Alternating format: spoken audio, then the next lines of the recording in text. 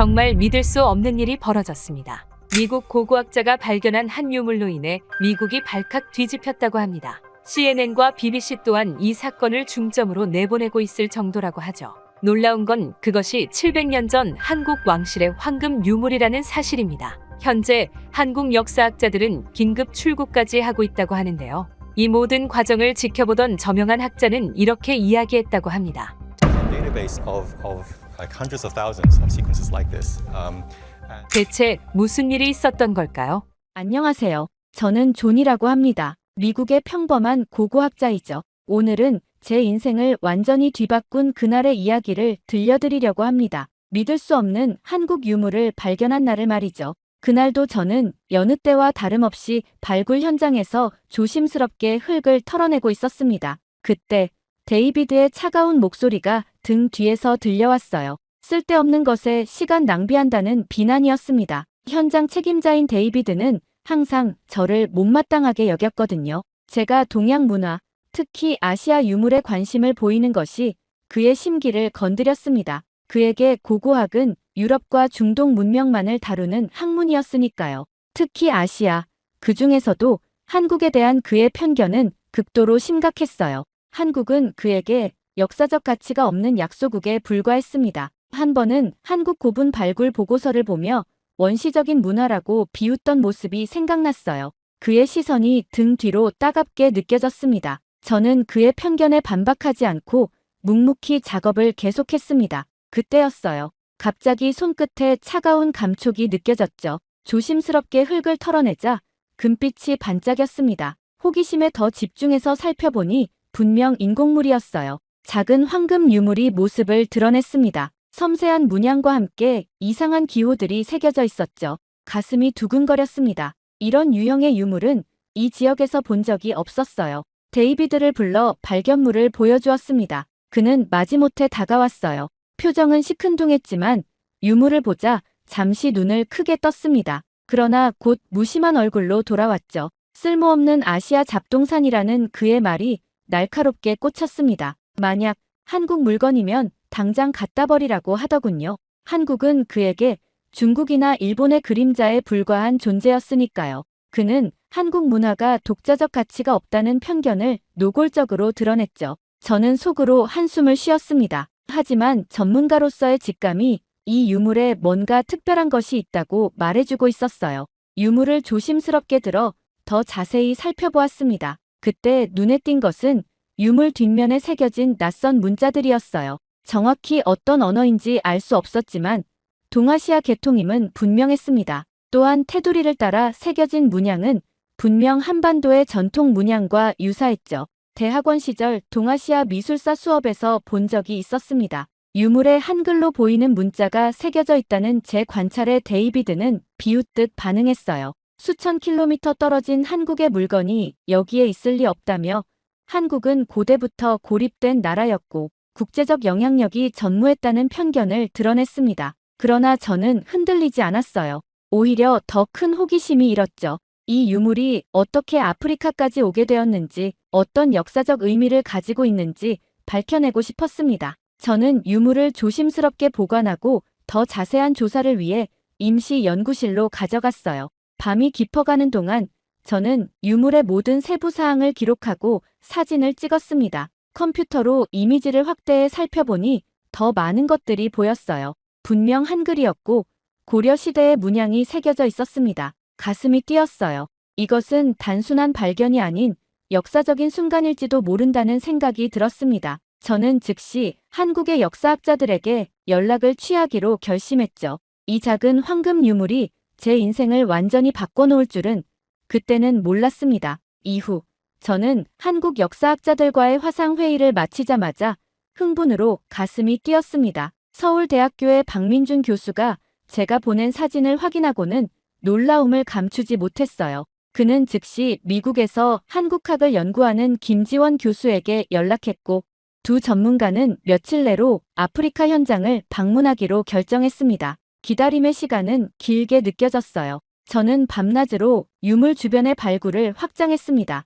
더 많은 증거를 찾길 바랐죠. 데이비드는 제 행동을 시간 낭비라고 비웃었지만 저는 개의치 않았어요. 직감이 이것이 중요한 발견임을 말해주고 있었습니다. 마침내 두 역사학자가 도착했습니다. 박민준 교수는 60대 중반의 노학자였고 김지원 교수는 40대 초반의 열정적인 한국학 전문가였어요. 두 사람 모두 유물을 본 순간 숨을 들이켰습니다. 그들의 눈빛에서 이것이 단순한 유물이 아님을 직감했어요. 존, 당신이 발견한 것은 단순한 유물이 아닙니다. 박 교수는 떨리는 목소리로 말했어요. 그는 확대경으로 유물을 자세히 살펴보며 계속했습니다. 이것은 고려시대 왕실에서 제작한 황금 봉수입니다. 약 700년 전 고려 왕실의 의례에 사용되던 매우 귀중한 보물이죠. 김 교수가 덧붙였어요. 그녀는 유물에 새겨진 한글을 가리키며 설명했습니다. 왕실의 축복과 번영을 기원하는 문구였고 제작 연도와 장인의 이름까지 새겨져 있었죠.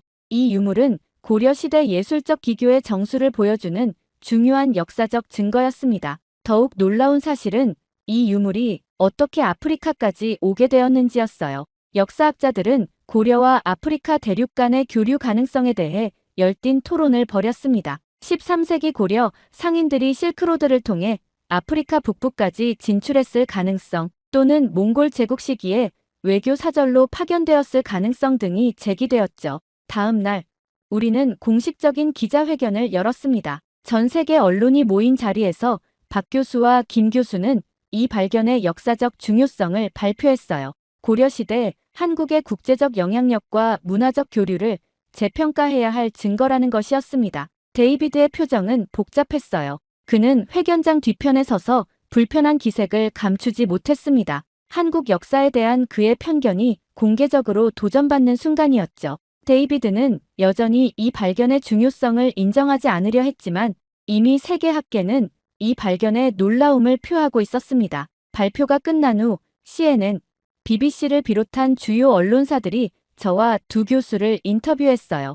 유물은 즉시 특수 보관시설로 옮겨졌고 더 정밀한 분석을 위한 준비가 시작되었습니다. 저는 이 모든 과정 속에서 한국 역사의 깊이와 풍요로움에 점점 매료되어 갔어요. 다음 날 아침 일찍 깨어났을 때 제 휴대폰은 쉴 새 없이 울려댔습니다. 미국, 유럽, 아시아 전역의 언론사들이 인터뷰를 요청해왔어요. 어제의 기자회견 이후 우리의 발견은 전 세계 뉴스의 헤드라인을 장식하고 있었습니다. 침대에 기대 앉아 뉴스 앱을 열었죠. CNN의 특보가 가장 먼저 눈에 들어왔습니다. 700년 된 한국 왕실 보물이 아프리카에서 발견되다 역사를 다시 쓰는 놀라운 발견. BBC는 한국의 숨겨진 역사가 드디어 세계에 알려지다라는 헤드라인으로 저희의 발견을 소개했어요. 프랑스 르몽드, 독일 디차이트, 심지어 러시아와 중국 언론들까지 이 소식을 대서특필했습니다. 저는 놀라움을 감출 수 없었어요. 작은 발견이 이토록 큰 반향을 일으키리라고는 예상하지 못했습니다. 발굴 현장에 도착하자 세계 각국에서 온 취재진들이 몰려들었어요. 전날보다 3배는 더 많은 사람들이 모여 있었죠. 박민준 교수와 김지원 교수는 이미 현장에서 추가 조사를 진행하고 있었습니다. 그들의 얼굴에는 흥분과 기쁨이 가득했어요. 존, 당신의 발견 덕분에 한국 역사 연구에 새로운 장이 열렸습니다. 박 교수의 말에 가슴이 뿌듯해졌습니다. 그는 추가로 확인된 사실들을 설명했어요. 유물에 담긴 기술적 정교함은 당시 고려 장인들의 뛰어난 기술력을 증명하는 것이었고 유물에 새겨진 문양들은 고려 왕실의 국제적 교류를 암시하는 것이었습니다. 가장 흥미로운 점은 유물이 아프리카에서 발견된 것 자체였어요.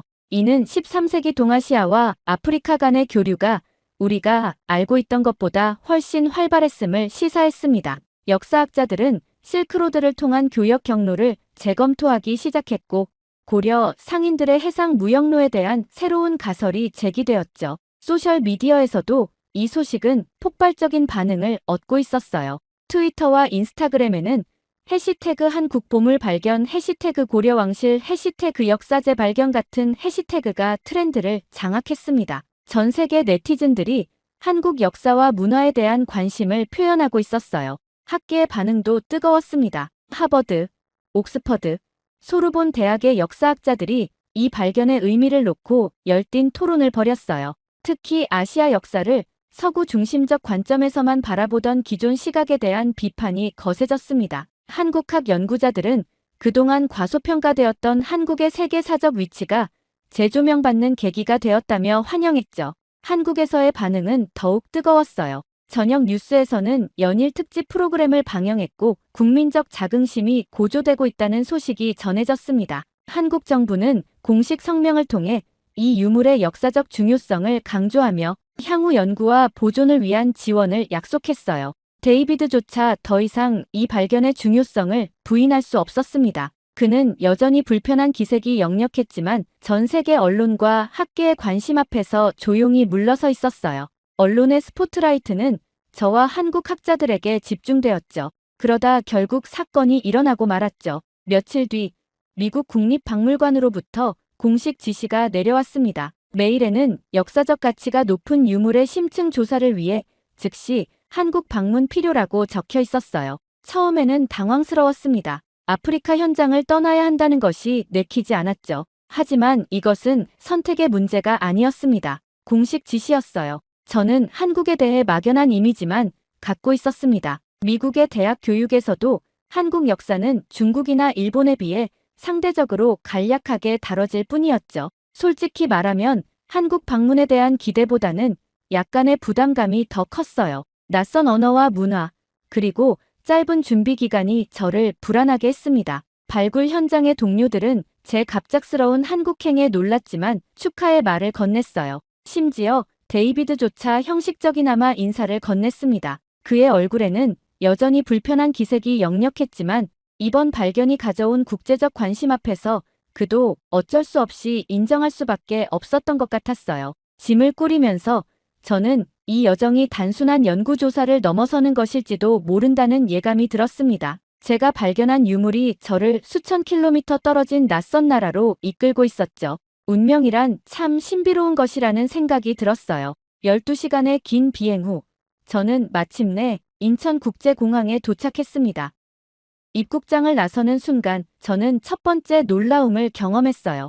공항은 제가 본 어떤 공항보다도 현대적이고 깨끗했습니다. 모든 것이 효율적으로 돌아가는 듯했죠. 디지털 안내 시스템, 로봇 안내원, 심지어 화장실의 첨단 설비까지 모든 것이 신선한 충격이었어요. 공항에서 서울로 향하는 길에 두 번째 놀라움이 찾아왔습니다. 고속도로는 깨끗하고 정돈되어 있었고 자율주행 버스들이 오가는 모습이 눈에 띄었어요. 멀리서 보이는 서울의 스카이라인은 상상했던 것보다 훨씬 현대적이고 웅장했습니다. 고층 빌딩들이 하늘을 찌를 듯 솟아있었고 그 사이로 한강이 아름답게 흐르고 있었죠. 서울 도심에 들어서자 제 놀라움은 더욱 커졌어요. 첨단 기술이 일상에 녹아든 도시 풍경이 펼쳐졌습니다. 스마트 횡단보도, 디지털 광고판, 그리고 곳곳에서 이어폰을 끼고 바쁘게 오가는 사람들. 서울은 제가 상상했던 아시아의 작은 나라 수도가 아니었어요. 이곳은 미래를 선도하는 도시였습니다.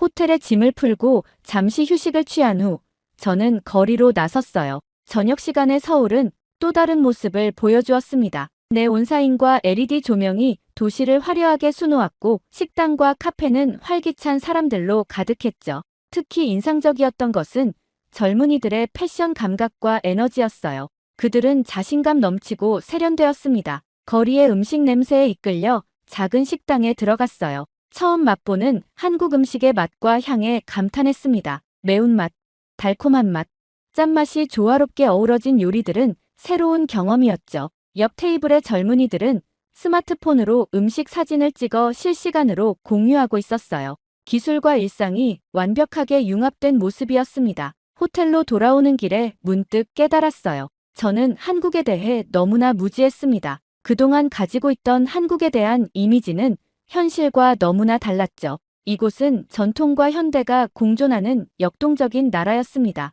그리고 저는 이제 막 이 나라의 표면을 긁기 시작했을 뿐이었어요. 다음 날 아침 일찍 국립중앙박물관으로 향했습니다. 박 교수와 김 교수가 저를 기다리고 있었어요. 오늘은 제가 발견한 유물과 관련된 고려시대 유산을 직접 살펴볼 예정이었습니다. 넓고 웅장한 박물관에 들어서자 저절로 숨이 멎는 듯 했어요. 세계 어느 유수 박물관에도 뒤지지 않는 규모와 전시품들이 눈앞에 펼쳐졌습니다. 박 교수의 안내로 고려실로 향했어요. 그곳에서 저는 놀라운 유물들과 마주했습니다. 청자, 금속 공예품, 불교 미술품 등 고려 시대의 예술적 성취를 보여주는 작품들이 빼곡했어요. 특히 청자의 비취색 유약과 섬세한 문양은 기술적으로 당대 세계 최고 수준이었다는 박 교수의 설명에 고개를 끄덕였습니다. 고려 청자는 12세기 송나라 황제가 탐낼 정도로 뛰어난 예술품이었어요. 박 교수의 말에 더욱 관심이 생겼습니다.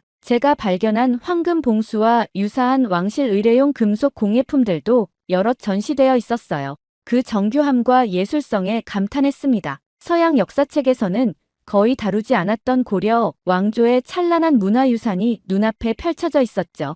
오후에는 국립고궁박물관으로 이동했어요. 조선 왕조의 궁중 문화를 보여주는 이곳에서도 저는 한국의 역사적 깊이를 실감했습니다. 왕실의 예복, 의뢰용 기물, 그리고 정교한 금속 활자들, 특히 세계 최초의 금속 활자 인쇄술이 한국에서 발명되었다는 사실은 큰 충격이었어요. 서양에서는 구텐베르크의 업적으로 알려진 기술이 이미 한국에서는 200년 전에 실용화되어 있었다는 것이었습니다. 세계사의 많은 부분이 서구 중심적 시각으로 쓰여졌기 때문에 한국의 문화적 성취는 종종 과소평가되어 왔죠. 김 교수의 말에 깊이 공감했어요. 저 자신도 그러한 편향된 역사관을 무의식적으로 내면화하고 있었음을 인정할 수밖에 없었습니다. 박물관을 나와 경복궁으로 향했어요. 도심 한가운데 위치한 웅장한 궁궐 건축물에 또 한 번 감탄했습니다. 전통 건축의 아름다움과 과학적 설계에 놀랐어요.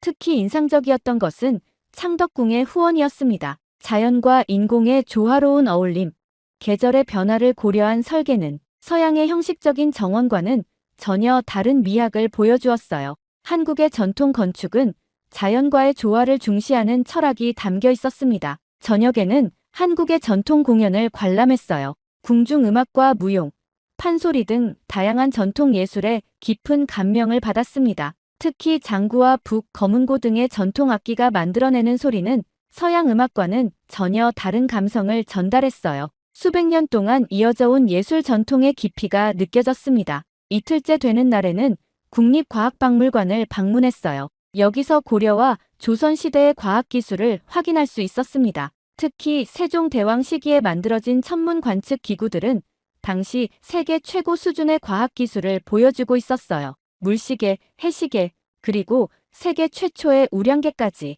한국의 과학기술은 상상했던 것보다 훨씬 발전되어 있었습니다. 한국인들은 예로부터 실용적인 발명에 뛰어났어요. 특히 농업과 천문학 분야에서요. 박 교수의 설명에 더욱 흥미가 커졌습니다. 한국의 역사는 단순히 중국이나 일본의 그림자가 아닌 독자적인 문화와 기술적 성취를 이룩한 위대한 문명이었어요. 이것은 제가 그동안 알고 있던 세계사의 틀을 근본적으로 재고하게 만드는 경험이었습니다. 저녁 호텔로 돌아오는 길에 서울의 야경을 바라보며 깊은 생각에 잠겼어요. 고층 빌딩들 사이로 보이는 고궁의 모습, 현대와 전통이 조화롭게 공존하는 이 도시는 한국의 정체성을 그대로 보여주는 듯 했습니다. 과거의 위대한 문명을 계승하면서도 미래를 향해 나아가는 역동적인 나라. 저는 이미 이 나라에 깊이 매료되어 있었어요. 그렇게 한국에서의 일주일이 지나는 동안 저는 중대한 결심을 하게 되었습니다. 이 유물은 반드시 한국으로 돌아와야 한다는 확신이 들었어요. 이것은 단순한 고고학적 발견이 아닌 한국 역사의 중요한 조각이었습니다. 그리고 그 조각은 본래의 자리로 돌아가야 했죠. 미국으로 돌아온 저는 즉시 행동에 나섰어요. 먼저 미국 국립박물관에 제 의견을 공식적으로 전달했습니다. 처음에는 다소 냉담한 반응이 돌아왔어요. 유물의 소유권과 관련된 국제법적 문제, 학술적 연구의 필요성 등을 이유로 반환에 소극적인 태도를 보였습니다. 하지만 저는 굽히지 않았어요. 제 다음 행동은 학계에 호소하는 것이었습니다. 고고학 저널에 문화재 반환의 윤리적 당위성이라는 제목의 논문을 발표했어요. 이 논문에서 저는 한국 유물의 역사적 중요성과 문화적 맥락 안에서 연구되어야 하는 필요성을 강조했습니다. 예상보다 많은 학자들이 제 주장에 지지를 표명했어요. 세계 언론과의 인터뷰도 적극적으로 수락했습니다. CNN과의 특별 대담에서 저는 유물의 역사적 가치와 한국 문화유산으로서의 중요성을 강조했어요. 또한 문화재 반환이 국제사회의 윤리적 책임임을 역설했습니다. 이 유물은 한국인들의 정당한 유산입니다. 그것이 우연히 아프리카에서 발견되었다고 해서 그 본질이 바뀌지는 않아요. 한국의 역사와 문화는 너무 오랫동안 세계사에서 간과되어 왔습니다. 이제 우리는 이 오래된 불균형을 바로잡을 기회를 갖게 되었죠. 제 발언은 국제사회에 큰 반향을 일으켰어요. 유네스코는 성명을 통해 문화재 반환의 중요성을 지지했고 여러 국제 학술단체들도 동참했습니다. 특히 프랑스, 영국, 독일 등 과거 식민지 시대의 문화재 반환 문제로 고민하던 국가들의 지지가 이어졌어요. 한국 정부도 적극적으로 나섰습니다. 외교부를 통해 공식적인 반환 요청을 미국 측에 전달했어요. 대통령이 직접 나서서 한국 문화유산의 귀환은 단순한 물건의 이동이 아닌 역사적 정의의 회복이라고 언급했습니다. 전 세계 한국인들도 SNS를 통해 반환 운동에 동참했어요. 예상치 못한 지지는 아프리카 국가들에서도 나타났습니다. 유물이 발견된 지역의 정부는 역사적 문화재는 그 문화적 뿌리가 있는 곳으로 돌아가야 한다는 입장을 표명했어요. 이는 아프리카 국가들 역시 과거 식민지 시대에 유출된 자국, 문화재의 반환을 희망하는 상황과 맞닿아 있었습니다. 학생들의 움직임도 활발했어요. 미국과 유럽의 여러 대학에서 한국 유학생들을 중심으로 문화재 반환 지지 서명 운동이 벌어졌습니다. 이 운동은 곧 일반 학생들까지 확대되었고 캠퍼스 내 문화재 정의 모임이 결성되기도 했어요. 데이비드조차 입장을 바꾸었습니다. 그는 학술지에 기고한 글에서 아시아 문화유산에 대한 서구의 편향된 시각을 재고해야 할 때라고 밝혔어요. 그의 변화는 상징적이었죠. 가장 완고했던 사람마저 역사의 흐름 앞에서는 변할 수 있음을 보여주었습니다. 반환운동이 점점 더 큰 국제적 지지를 얻어가는 과정에서 저는 전문가로서뿐만 아니라 한 인간으로서 깊은 변화를 경험했어요. 이것은 단순한 학술적 논쟁이 아니었습니다. 역사적 정의와 문화적 존중에 관한 근본적인 문제였죠. 그리고 저는 그 중심에 서 있었습니다. 한국 방문 후 2달이 지났을 무렵 미국 국립박물관 이사회는 마침내 회의를 소집했어요. 그들은 유물 반환 여부를 놓고 투표를 진행했습니다. 결과는 아직 공개되지 않았지만 국제적 여론의 흐름을 볼 때 긍정적인 결과가 나올 것이라 기대했어요. 제 연구실에 앉아 이메일을 확인하던 중 박민준 교수로부터 온 메시지를 발견했습니다. 그는 한국 국민들이 보내는 감사의 마음을 전했어요. 또한 유물 반환이 성사될 경우 서울에서 열릴 특별 환영식에 저를 초대한다는 내용도 있었습니다. 그리고 마침내 그날이 왔습니다. 미국 국립박물관은 한국 유물의 영구 반환을 공식 발표했어요. 저는 보물과 함께 한국으로 향하는 비행기에 올랐습니다. 비행기 안에서 유물을 바라보며 가슴이 벅차올랐어요. 우연히 시작된 이 여정이 이제 의미 있는 결실을 맺고 있었습니다. 인천공항에 도착하자 문화재청 관계자들과 박물관 학예사들이 마중 나와 있었어요. 간소하지만 정중한 환영식이 공항 VIP룸에서 진행되었습니다. 문화재청장이 직접 감사의 인사를 전했고 저는 유물의 안전한 귀환을 위해 노력해준 모든 이들에게 고마움을 표했어요. 국립중앙박물관으로 향하는 길에 여러 생각이 교차했습니다. 발견부터 귀환까지 짧지만 강렬했던 여정이 주마등처럼 스쳐 지나갔어요. 차창 밖으로 보이는 서울의 풍경이 이제는 낯설지 않게 느껴졌습니다. 박물관에 도착하자 소규모 인수식이 거행되었어요. 정부 인사들과 학계 관계자들이 참석한 자리에서 저는 유물을 문화재청장에게 공식적으로 전달했습니다. 조용한 박수 소리가 객석에서 울려 퍼졌어요. 몇몇 참석자들의 눈가에 감동의 눈물이 비쳤습니다. 다음 날 아침, 박물관은 평소보다 일찍 문을 열었어요. 귀환한 유물을 보기 위해 많은 시민들이 차분히 줄을 서 있었습니다. 그들의 표정에서 진지함과 자부심을 읽을 수 있었어요. 노부부가 손주에게 유물의 의미를 설명하는 모습, 대학생들이 메모를 하며 유물을 관찰하는 모습이 인상적이었습니다. 언론의 관심도 뜨거웠어요. 주요 신문들은 일제히 일면에 유물 귀환 소식을 실었고 텔레비전에서는 특집 다큐멘터리를 방영했습니다. 그러나 축제 분위기라기보다는 역사적 의미를 되새기는 차분한 톤이었어요. 한국인들은 감정을 과하게 표현하지 않으면서도 깊은 자긍심을 느끼고 있었습니다. 박민준 교수가 저를 저녁 식사에 초대했어요. 그는 한국인들의 마음을 대변하듯 진심 어린 감사를 전했습니다. 우리 역사의 한 조각을 되찾는데 도움을 주셔서 정말 감사합니다. 이것은 단순한 유물의 귀환을 넘어 우리 문화에 대한 국제적 인식을 높이는 계기가 되었습니다. 식사를 마치고 호텔로 돌아오는 길에 한 중학교 앞을 지나쳤어요. 게시판에 우리 문화재 환영 글귀가 보였습니다. 작은 표현이었지만 그 속에 담긴 진심이 느껴졌습니다. 다음 날, 저는 박물관에서 열린 소규모 학술 세미나에 참석했어요. 한국의 역사학자들과 고고학자들이 모여 유물의 역사적 의미와 향후 연구 방향에 대해 토론했습니다. 학문적이고 진지한 분위기 속에서도 그들의 눈빛에서 자부심을 느낄 수 있었어요. 귀국을 하루 앞둔 저녁,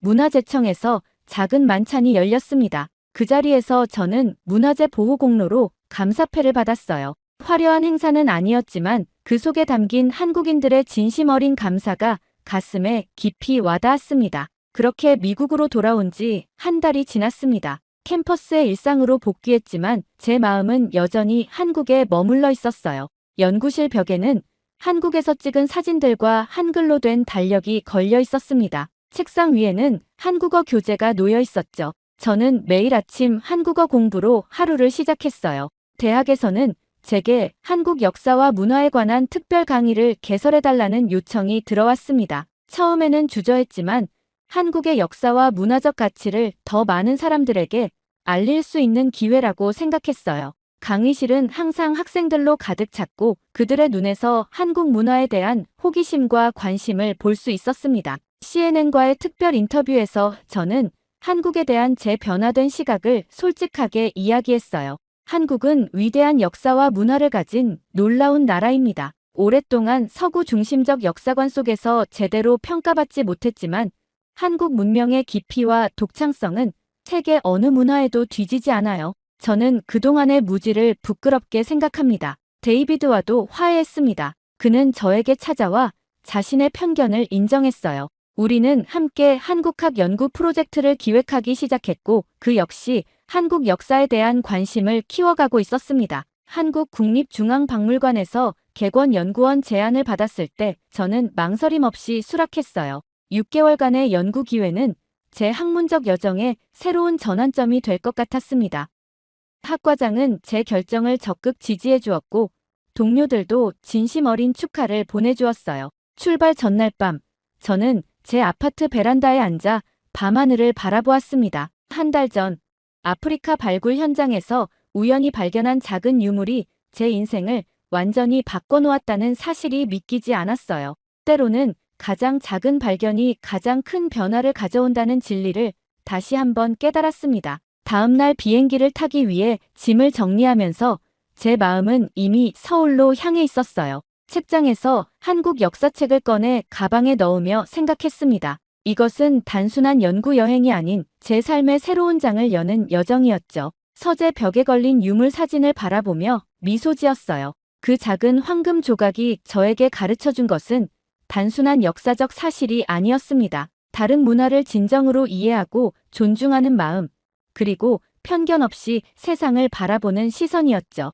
저는 이제 한국과의 인연을 더 깊게 이어가고 싶었습니다. 그리고 그 여정은 이제 막 시작되고 있었어요. 정말 충격적인 일이 일어났습니다. 최근 미국에서 예상치 못한 인물이 큰 화제가 되고 있다고 합니다. 놀라운 건 그가 바로 한국인이라는 점이죠. 각종 서점에서는 이 인물의 책이 쉬지 않고 팔리며 심지어는 연구 대상까지 되고 있다고 하는데요. 이 현상을 지켜보던 한 해군 장교는 이런 이야기까지 했다고 합니다. For the long haul. As you know, there's some 50 countries that are part of the UDCG, which extend. 대체 무슨 일이 있었던 걸까요? 안녕하세요. 저는 맥스웰이라고 합니다. 뉴욕타임스의 국제문화부 기자죠. 세계 각국의 문화 현상을 취재하는 일을 하고 있습니다. 물론 한국가만 빼고요. 바로 한국말이죠. 어릴 때부터 저희 집안은 한국에 대한 부정적인 시각이 강했어요. 할아버지는 한국전쟁 참전 용사였는데 식탁에서 자주 한국인들은 자신들의 역사를 과장하고 미화하는 민족이라고 말씀하셨습니다. 아버지도 비슷한 생각이었죠. 사업차 한국에 방문했다가 그들은 항상 자신들의 문화가 최고라고 주장하지만 사실 대부분 중국과 일본에서 베낀 것이라며 불만을 토로했어요. 그러다 보니 저 또한 자연스럽게 한국을 부정적인 시각으로 바라보게 되었습니다. 한국인들을 만나면 괜스레 피하게 되었고 한국인 동료들과는 절대 가까워지지 않았죠. 특히 이런 문화를 취재하는 기자로서 할아버지의 말씀대로 역사를 과장하고 미화하는 민족들과 함께하면 객관성을 잃을 테니까요. 이러한 저에게 최근 벌어지는 일은 꽤나 이상했습니다. 미국 내에서 이순신이라는 한국의 역사적 인물이 갑자기 화제가 된 겁니다. 처음 들었을 때는 한국의 또 다른 K-팝 스타인 줄 알았어요. 그런데 400년도 더 전에 살았던 조선시대 해군 장군이라는 거죠. 편집장으로부터 연락이 왔습니다. 시카고의 반스앤노블 서점에서 특이한 현상이 벌어지고 있으니 취재해보라고 했어요. 서점에 도착했을 때 저는 제 눈을 의심했습니다. 서점 입구에는 아드미럴 이불멸의 전설이라는 제목의 만화책이 전시되어 있었고 12만 부 판매 돌파 문구가 크게 걸려 있었어요. 서점 매니저는 처음에는 소량만 주문했는데 온라인에서 화제가 되면서 불티나게 팔리기 시작했다고 했습니다. 이 책을 주제로 한 독자 모임까지 생겨서 매주 토요일마다 진행하는데 자리가 없을 정도로 인기라고 했어요. 독자 모임에는 한국계 미국인뿐만 아니라 다양한 인종의 사람들이 참석했습니다. 모임이 끝난 후 참석자들과 이야기를 나눴어요. 50대 백인 남성은 넷플릭스에서 명량이라는 영화를 우연히 보게 되었다고 했습니다. 처음에는 그냥 액션 영화인 줄 알았는데 실화라는 걸 알고 충격받았다고 해요. 어떻게 12척의 배로 330척을 상대할 수 있냐며 더 찾아보기 시작했다고 했습니다. 30대 흑인 여성은 유튜브 알고리즘 때문에 알게 되었다고 했어요. 처음에는 이게 판타지인 줄 알았는데 실제 역사라니 믿을 수 없었다며 이순신은 마치 동양의 슈퍼히어로 같다고 말했습니다. 호텔로 돌아와 노트북을 열고 이순신에 대해 검색했어요. 영어로 된 자료들이 상당히 많았습니다. 하지만 대부분의 내용이 너무 과장되어 보였어요. 12척으로 330척을 격파, 50번의 전투에서 무패, 죽음 직전까지 전투를 지휘, 말도 안 되는 이야기였습니다. 다음 날 저는 서점 직원에게 이순신에 관한 책들이 정말 잘 팔리는지 물었습니다. 직원은 최근에는 해군 역사나 전략에 관심 있는 사람들이 많이 찾는다고 했어요. 특히 해군사관학교 학생들이 자주 구매해가는 편이라고 했습니다. 뭔가 이상했어요. 왜 미국 해군사관학교 학생들이 조선의 해군 장군에 관심을 가질까요? 호기심이 생겼습니다. 이순신이라는 인물은 한국인들이 역사를 과대 포장해서 만든 허구적인 영웅일 것이다. 이것이 제 확신이었어요. 하지만 이상하게도 그 확신에 조금씩 균열이 생기기 시작했습니다. 더 깊이 파고들어야겠다고 마음먹었습니다.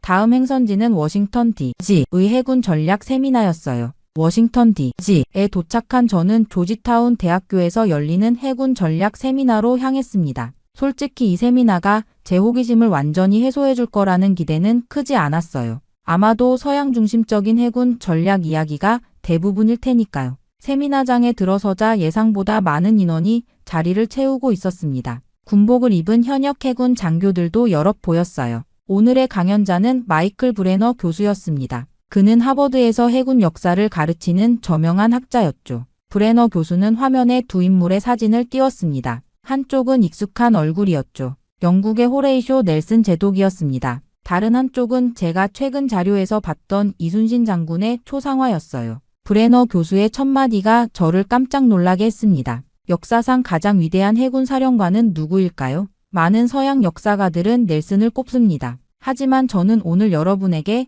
넬슨보다 더 뛰어난 해군 지휘관이 있었다고 주장하려 합니다. 바로 한국의 이순신 장군입니다. 세미나실에서 웅성거림이 일었어요. 저도 몸을 앞으로 기울였습니다. 이게 무슨 소리지? 서양 학자가 서양의 해군 영웅보다 동양의 장군을 더 높이 평가한다고? 브레너 교수는 이어서 설명했습니다. 넬슨은 트라팔가르 해전에서 33척으로 41척을 물리쳤습니다. 물론 놀라운 승리였죠. 하지만 이순신은 명량해전에서 단 12척으로 일본 함대 330척을 상대했습니다. 수적 열세는 1대 10이 아니라 1대 27이었어요.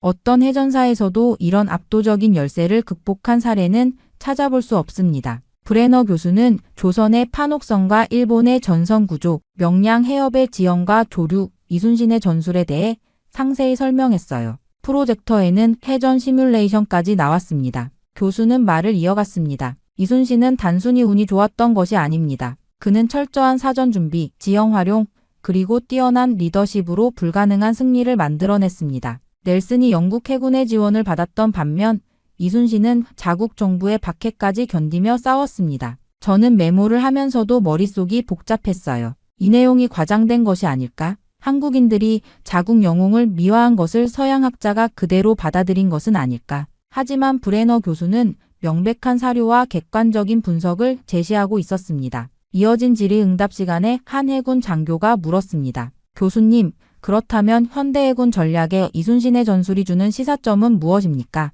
브레너 교수는 미소를 지으며 대답했어요. 뛰어난 전략은 시대를 초월합니다. 이순신의 지형 활용법, 심리전, 그리고 절대적 열세 상황에서의 리더십은 오늘날에도 귀중한 교훈입니다. 실제로 미 해군 사관학교에서는 최근 이순신의 전투를 케이스 스터디로 추가했습니다. 세미나가 끝나고 사람들이 흩어지는 동안 저는 자리에 앉아 생각에 잠겼습니다. 제 확신이 흔들리고 있었어요. 만약 브레너 교수의 말이 사실이라면, 만약 이순신이 정말 그런 위대한 장군이었다면, 이전에 가졌던 편견이 잘못된 것이었을까요? 호텔로 돌아와 브레너 교수가 언급한 자료들을 확인해 보았습니다. 이순신의 전투 기록, 당시 일본과 조선의 국제 정세, 임진왜란의 전개 과정, 모든 것이 교수의 말과 일치했어요. 저는 침대에 누워 천장을 바라보며 중얼거렸습니다. 설마 이게 다 사실이라고? 그렇게 뉴욕으로 돌아온 저는 이순신에 관한 특집 기사를 쓰기로 결심했습니다. 세미나에서 들은 내용에 대한 의구심과 제 의견을 담아 반박 기사를 써내려갔어요. 제 기사의 제목은 과장된 영웅 이순신 신화의 실체였습니다. 기사에서 저는 이순신의 업적이 한국인들에 의해 과장되었을 가능성과 서양과 동양의 해전을 직접 비교하는 것의 문제점을 지적했습니다. 기사를 완성한 후 편집장에게 제출했습니다. 편집장은 제 기사를 꼼꼼히 읽더니 만족스러운 표정을 지었고 논쟁적이지만 가치 있는 기사라며 내일호에 실을 테니 준비하라고 했어요. 놀랍게도 제 기사는 뉴욕타임스 문화면에 대문짝만하게 실렸고 온라인 버전은 몇 시간 만에 조회수 10만을 넘겼습니다. 댓글란은 열띤 논쟁으로 가득 찼어요. 한국계 미국인들은 분노했고 많은 독자들은 이순신의 업적을 의심하는 제 주장에 반발했습니다. 반면 일부 독자들은 제 의견에 동조하며 동양의 역사가 종종 과장된다고 주장했어요. 하지만 미국 학계의 반응은 엇갈렸어요. 워싱턴 대학의 해군사 전문가 존 카터 교수는 제게 이메일을 보내 제 기사에 동의한다고 했습니다. 이순신이 넬슨보다 위대한 지휘관이었다는 주장은 경강부회라며 동양과 서양의 해전 환경은 완전히 달랐고 직접적인 비교는 어렵다는 의견이었어요. 다른 학자들도 비슷한 의견을 보내왔어요. 일부는 제 주장을 지지하며 이순신의 업적이 과장되었을 가능성이 크다고 했습니다. 그러나 브레너 교수를 비롯한 일부 학자들은 제 기사에 강력히 반발하며 이순신의 업적은 역사적 사료로 확인된 사실이라고 반박했어요. 그런가 하면 CNN, MBC 같은 주요 방송사에서 인터뷰 요청이 쏟아졌습니다. 논쟁적인 제 기사가 미디어의 주목을 받게 된 것이죠. 저는 갑작스러운 논란에 당황하면서도 이 기회를 통해 제 주장을 더 명확히 할 수 있을 거라 생각했어요. 어느 날 오후 편집장이 제 사무실로 찾아왔습니다. 그는 들뜬 표정이었어요. 제 기사가 대박이라며 회사 메일함에 독자 반응이 끊임없이 들어오고 있다고 했습니다. 이렇게 큰 반향을 일으킨 기사는 오랜만이라며 여기서 멈추지 말고 더 깊이 파고들자는 제안이었죠. 저는 의아한 표정으로 편집장을 바라봤어요. 그는 이 주제가 지금 핫하니 직접 한국에 가서 확인해보라고 제안했습니다. 이순신 장군이 전투했던 실제 현장들을 방문하고 더 깊은 취재를 해오라는 것이었죠. 회사에서 모든 경비를 지원하겠다고 했어요. 한순간 머릿속이 복잡해졌습니다. 한국이라니요? 솔직히 저는 한국에 가본 적이 없었어요. 그저 할아버지와 아버지에게서 들은 이야기, 그리고 서구 중심적인 교육을 통해 형성된 편견만 가지고 있을 뿐이었죠. 편집장은 이것이 기회라며 이 이야기의 진실을 파헤치라고 말했습니다. 만약 이순신이 정말 위대한 해군 지휘관이라면 그 현장에서 확인할 수 있을 것이고 그게 아니라면 제가 그 진실을 밝힐 수 있다고 했어요. 편집장의 말에 저는 결심했습니다. 가보자. 이 기회에 한국에 가서 실제로 확인해보자. 만약 이순신이 과장된 영웅일 뿐이라면 그 진실을 밝힐 수 있을 거예요. 저는 제 정보원들에게 연락하여 한국 방문을 준비했습니다. 짐을 싸면서 저는 속으로 다짐했어요. 이것이 거짓임을 밝히겠다. 아버지에게서 들은 이야기, 학교에서 배운 서양 중심의 역사관, 그리고 제 마음 깊숙이 자리 잡은 편견이 여전히 저를 지배하고 있었습니다. 하지만 한편으로는 진실이 무엇이든 정직하게 보도하겠다는 기자로서의 양심도 있었어요. 이후 한국행 비행기에서 내리자마자 저를 덮친 것은 정체 모를 설렘이었습니다. 이 나라에서 진실을 밝혀내겠다는 결심으로 왔지만 낯선 땅에 대한 호기심도 컸어요. 인천국제공항은 제 예상과 달리 현대적이고 깔끔했습니다. 공항 로비에서 저를 기다리고 있던 사람은 해군사 전문가 박윤성 박사였어요. 편집장이 미리 연락해둔 현지 가이드였습니다. 맥스웰 씨, 한국에 오신 것을 환영합니다. 이번 취재 여정에 도움이 되도록 최선을 다하겠습니다. 박 박사는 유창한 영어로 저를 맞이했어요. 그는 50대 중반의 단정한 모습이었고 미국 예일대학에서 해군사로 박사 학위를 받았다고 했습니다. 저는 여전히 의구심을 품은 채 그를 따라 공항을 빠져나왔어요. 지금부터 우리는 서울역으로 이동해 KTX를 타고 통영으로 갈 겁니다. 통영은 이순신 장군이 한산도 대첩을 지휘했던 곳 근처예요. 공항에서 서울역까지는 공항철도를 이용했습니다. 깨끗한 객실과 정확한 시간 운행에 살짝 놀랐어요. 서울역에 도착하니 웅장한 현대식 건물이 저를 반겼습니다. 마치 미래의 우주선 정거장 같았어요. 여기서 KTX를 타고 통영 근처의 역까지 가는데 약 3시간 정도 걸립니다.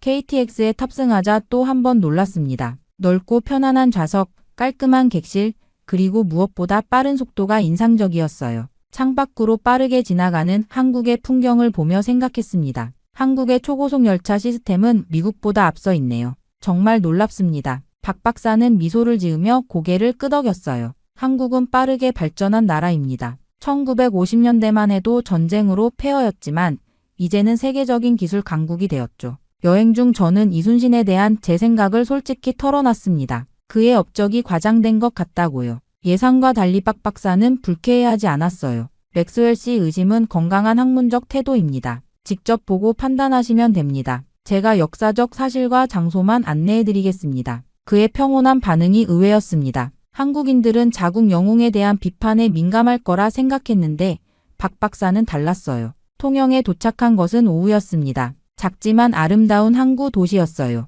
바다가 보이는 레스토랑에서 첫 한국 식사를 했습니다. 신선한 해산물과 다양한 반찬들이 테이블을 가득 채웠어요. 이건 통영의 전통 해산물 요리입니다. 한번 드셔보세요. 처음 맛보는 한국 음식이었지만 놀라울 정도로 맛있었습니다. 신선한 재료와 독특한 양념의 조화가 입맛을 사로잡았어요. 특히 해물탕이라는 매콤한 해산물 스튜가 인상적이었습니다. 한국 음식이 이렇게 다양하고 맛있을 줄 몰랐어요. 미국에서 접한 한식은 대부분 불고기와 김치뿐이었거든요. 식사를 마친 후 우리는 통영 시내를 잠시 둘러보았습니다. 현대적인 건물들 사이로 전통적인 한옥들이 보였고 곳곳에 이순신 장군의 동상과 기념물이 있었어요. 무엇보다 인상적이었던 것은 도시 전체가 바다와 조화를 이루고 있다는 점이었습니다. 호텔에 체크인하며 창밖으로 보이는 통영의 야경을 바라보았어요. 불빛이 바다에 반사되어 마치 별이 내려앉은 듯 했습니다. 낯선 나라지만 왠지 모르게 편안함을 느꼈어요.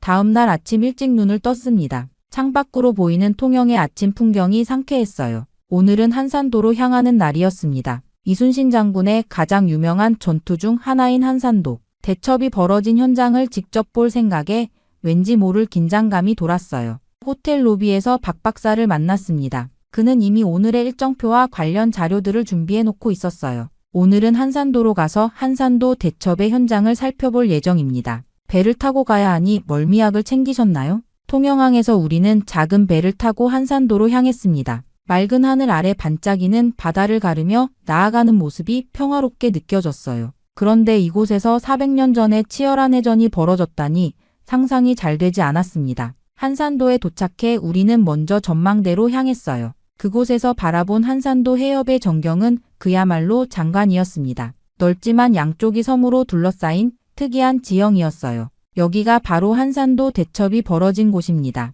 1592년 8월 이순신 장군은 56척의 조선 수군으로 73척의 일본 함대를 완전히 격파했어요. 박 박사는 이순신이 어떻게 하객진 전술을 활용했는지 설명했습니다. 하객진은 기러기가 날아가는 형상을 본떠 만든 진법으로 중앙에서 적을 유인한 후 양쪽에서 포위하는 전략이었어요. 이순신은 이 좁은 해협의 지형을 완벽하게 활용했습니다. 일본 함대를 유인해 들어오게 한 뒤 양쪽에서 포위해 공격했죠. 또한 이곳의 빠른 조류를 이용해 적의 대형을 흐트러뜨렸고요. 저는 그 설명을 들으며 해협을 자세히 살펴봤습니다. 좁은 입구, 넓은 내, 그리고 빠르게 흐르는 조류. 이 자연적인 요소들을 전술적으로 활용한 이순신의 지략이 놀라웠어요. 넬슨도 트라팔가르 해전에서 지형을 활용했지만 이런 식의 함정 전술은 아니었습니다. 이순신의 하객진은 수적 열세를 극복하기 위한 창의적인 전략이었죠. 박 박사의 설명을 들으며 제 머릿속에 한 가지 의문이 떠올랐습니다.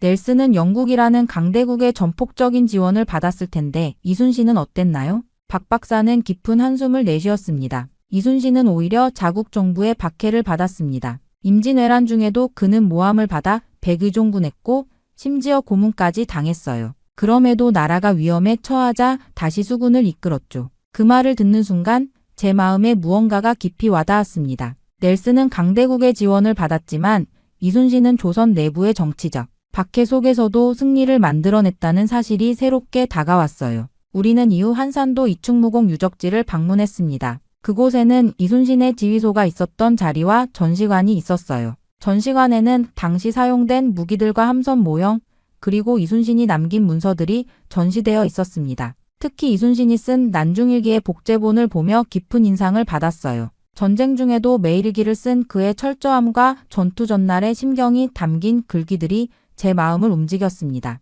해가 질 무렵 우리는 한산도에서의 일정을 마치고 통영으로 돌아왔습니다. 배 위에서 바라본 저녁 노을이 바다를 붉게 물들이는 모습이 장관이었어요. 호텔로 돌아오는 길에 저는 생각에 잠겼습니다. 오늘 본 것들이 제 기존의 편견과 많이 달랐어요. 이순신의 전략, 그가 처한 상황, 그의 인간적인 면모까지. 제가 알던 이순신과는 너무 달랐습니다. 다음 날 아침 한산도에서의 경험이 여전히 제 마음에 남아 있었습니다. 호텔 아침 식사 중에 박 박사가 오늘의 일정을 설명했어요. 오늘은 진도로 이동해 명량해전이 벌어진 울돌목을 방문할 예정입니다. 한산도 대첩도 놀라웠지만 명량해전은 그야말로 기적과도 같은 전투였죠. 진도로 가는 길은 꽤 멀었지만 창밖으로 펼쳐지는 한국의 남해안 풍경이 아름다워 지루할 틈이 없었어요. 차 안에서 박 박사는 명량해전의 배경을 설명했습니다. 한산도 대첩 이후 조선 조정의 내부 분열로 이순신은 모함을 받아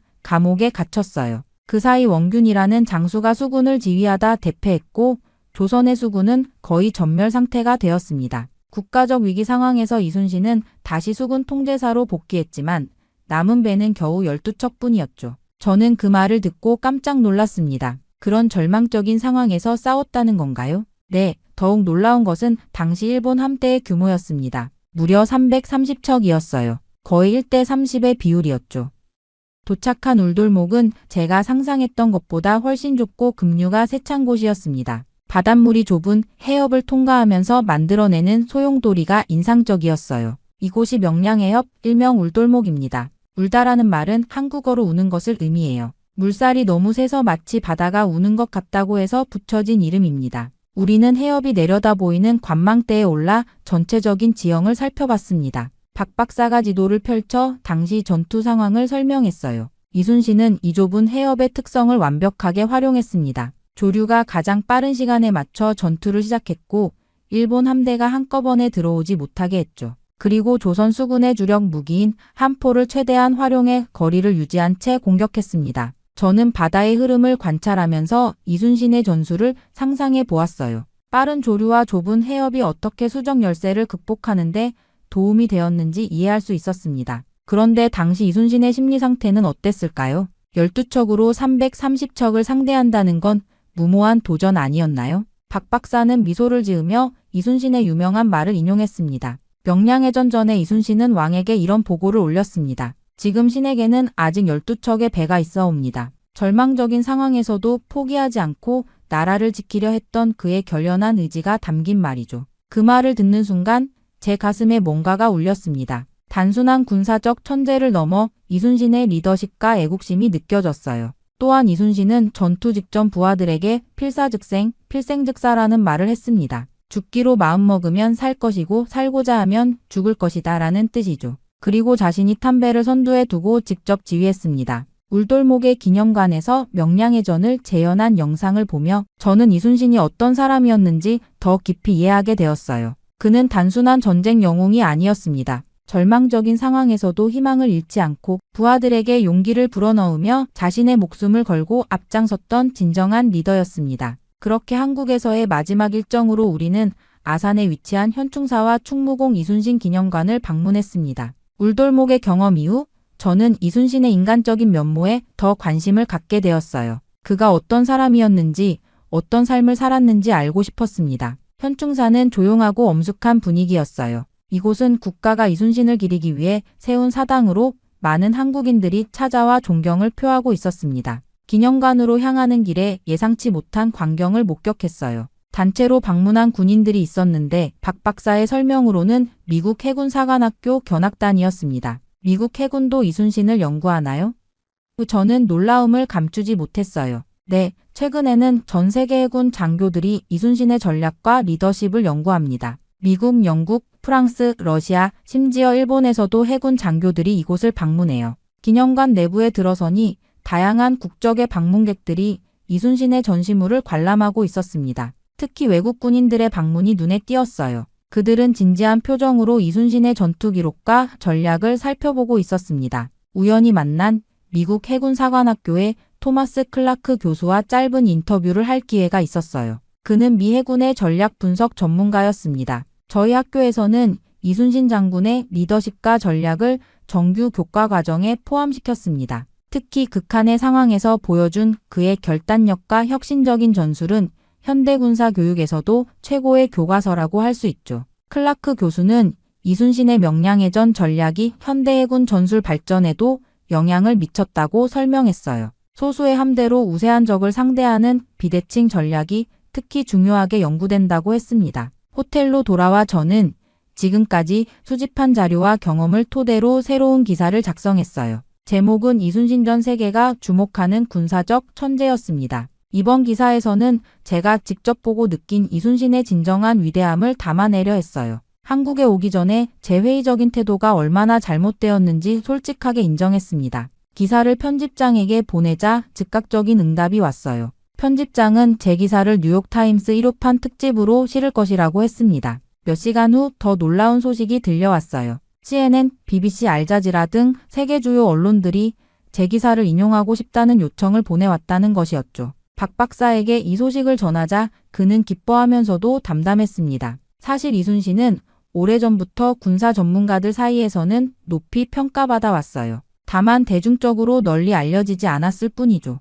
이제 맥스웰 씨의 기사 덕분에 서양에서도 이순신에 대한 재조명이 시작될 것 같네요. 다음 날 온라인판 기사의 반응을 확인하고 또 한 번 놀랐습니다. 코멘트 섹션에는 전 세계 독자들의 열띤 반응이 쏟아지고 있었어요. 많은 사람들이 이순신의 업적을 새롭게 알게 되었다며 감사를 표했고 일부 군사 전문가들은 더 깊은 연구의 필요성을 언급했습니다. 특히 서양의 역사학자들 사이에서 이순신에 대한 학술적 관심이 높아지는 것이 느껴졌어요. 몇몇 대학에서는 이순신에 관한 특별 강연 요청이 왔고 군사 관련 학회에서는 이순신의 전략에 관한 세미나 개최 계획이 발표되었습니다. 한국을 떠나기 전날 저는 인천 앞바다가 내려다 보이는 카페에 앉아 생각에 잠겼습니다. 제가 처음 한국에 왔을 때의 의심 많고 편견에 사로잡혔던 모습이 부끄러웠어요. 이제 저는 이순신이라는 인물의 진정한 위대함을 깨달았고 그 사실을 전 세계에 알리는 작은 계기가 되었다는 사실의 보람을 느꼈습니다. 미국으로 돌아오는 비행기 안에서 저는 지난 2주간의 여정을 돌아보았습니다. 인천공항을 떠나기 전 박 박사와 나눈 마지막 대화가 계속 머릿속에 맴돌았어요. 맥스웰 씨 처음 만났을 때 이순신에 대해 회의적이었던 모습과 지금의 모습이 참 다르네요. 그의 말에 저는 솔직히 대답했습니다. 제 평생 가졌던 편견이 완전히 무너졌어요. 할아버지와 아버지에게서 들었던 이야기들이 얼마나 잘못되었는지 깨달았습니다. 뉴욕에 도착하자마자 편집장이 저를 불렀습니다. 제 기사가 엄청난 반향을 일으키고 있다는 소식이었어요. 편집장은 이순신에 대한 심층기획 시리즈를 준비하자고 제안했습니다. 맥스웰, 자네 기사는 우리 신문 역사상 가장 많은 호응을 받은 기사 중 하나가 되었어. 이걸 더 발전시켜서 이순신의 리더십과 전략, 그리고 인간적인 면모를 다룬 시리즈를 만들자고. 저는 즉시 작업에 착수했어요. 한국에서 수집한 방대한 자료와 경험을 토대로 8부작 심층기획 시리즈를 기획했습니다. 첫 번째 기사가 발행된 날 뉴욕타임스 사옥 앞에는 독자들의 긴 줄이 늘어섰어요. 온라인 구독자 수도 기록적으로 늘어났습니다. 더욱 놀라운 일은 그 다음에 일어났어요. 저에게 다큐멘터리 제작 제안이 들어온 것입니다. PBS와 디스커버리 채널에서 이순신의 생애와 업적을 다룬 다큐멘터리를 제작하고 싶다며 저를 자문으로 초빙했습니다. 이순신의 이야기는 단순한 역사가 아닌 인류 보편적 가치를 담은 서사입니다. 우리는 이 프로젝트를 통해 동서양의 경계를 넘는 위대한 지도자의 모습을 보여주고 싶습니다. 프로듀서의 말에 공감하며 저는 다큐멘터리 작업에 적극 참여했어요. 6개월의 제작 기간 동안 다시 한국을 방문하기도 했고 해군 전문가들과의 인터뷰도 진행했습니다. 완성된 다큐멘터리 불멸의 제독 이순신은 미국 프라임타임에 방영되었고 이후 전 세계 40개국 이상에서 번역되어 상영되었어요. 다큐멘터리가 방영된 후 놀라운 변화들이 일어났습니다. 뉴욕의 해군 박물관에서는 이순신 특별전이 열렸고 하버드 대학교에서는 이순신의 리더십을 주제로 한 국제학술대회가 개최되었어요. 영국 그리니치 해양박물관에서도 이순신과 넬슨을 비교하는 전시회가 열렸습니다. 한 해가 지난 후 저는 이순신 시리즈의 마지막 기사를 작성했습니다. 제목은 이순신 세계가 기억해야 할 영웅이었어요. 기사의 마지막 문장에 제 모든 생각과 감정을 담았습니다. 이순신의 용기, 헌신, 전략은 단순히 한국가의 자랑이 아니라 전 세계인이 기억해야 할 인류의 유산이다. 그의 이야기는 우리에게 불가능해 보이는 상황에서도 포기하지 않는 의지와 조국과 민족을 위한 무조건적인 사랑이 얼마나 위대한 힘을 발휘할 수 있는지 보여준다. 어쩌면 이런 가치야말로 지금 이 혼란스러운 세상에